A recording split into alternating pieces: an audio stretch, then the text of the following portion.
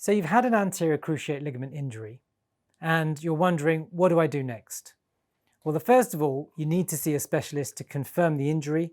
They should take a good history of what's happened to you and you as a person. They should examine your knee fully for a combination of tenderness, swelling, and looseness in the knee joint itself. And then they will most likely request an MRI scan to confirm the diagnosis.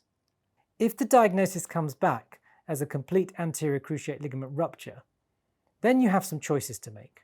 There are three main choices. The first is always manage it conservatively with physiotherapy and see if the muscles compensate. The second is see what happens. If physiotherapy helps stabilize the knee and you feel fine, then don't have a reconstruction operation. Or if you still feel unstable with the knee, then do have a reconstruction operation. And the third option is have an early reconstruction operation. There are many factors that go into deciding which is the best for you, and there is no one size fits all. The science is quite complex and at times conflicting.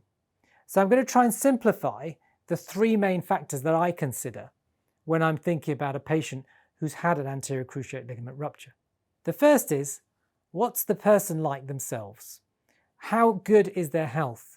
What are the risks of managing this with surgery compared with conservatively? The second is, what does the person demand of their knee? What would they like to use their knee for? And the third is, what is the characteristic of the anterior cruciate ligament in this person, and is it associated with other injuries? So the first is, what's the person like? Age comes into it. In general, younger patients, particularly below the age of 25, we find that they have higher demands on their knee, and if their cruciate ligament is not reconstructed, they can have recurrent episodes of an unstable knee that can lead to a meniscus tear. Between 25 and 45, there is a choice, but again, there is a tendency for the knee to remain unstable, and ligament reconstruction can be considered. Over the age of 50, although a lot of patients don't demand much of their knees, even in the over 50s, if the demands are high in the knee and the knee remains unstable, there is no reason not to consider a reconstruction. The second is the general health of the person. So there are risk factors that put up the risks of an operation. For example, body mass index of 30 or 35 will put up the risks of an operation with regards to blood clots, infection, and also puts up the risk of the graft not taking or not surviving once they go back to sport. So we've talked about the person themselves. The second is, what does the person demand of their knee?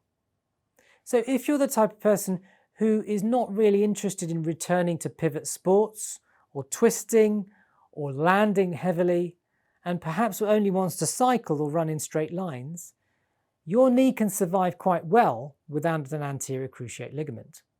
However, if you are into high impact pivot sports such as soccer or rugby or tennis or skiing, it is more likely that you'll put stress on the knee and less likely that the muscles will compensate, and in those cases, a cruciate ligament reconstruction could be considered.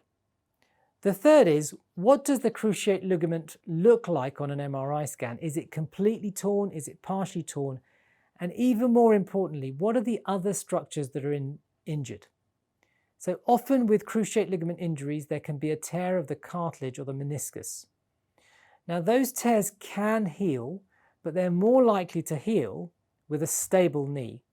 And you're more likely to get a stable knee if you have a cruciate ligament reconstruction, although your muscles may again compensate.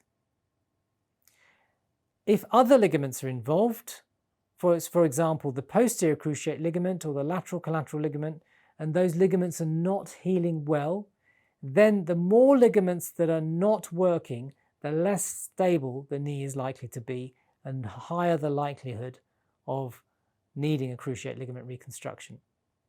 So I hope I've illustrated that actually the factors are quite complex.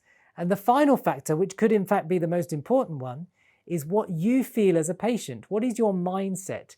If your mindset is to avoid operation at all costs and to try conservative methods, that's perfectly reasonable as long as you understand the risks of that, which in particular could be a higher risk of meniscus tear.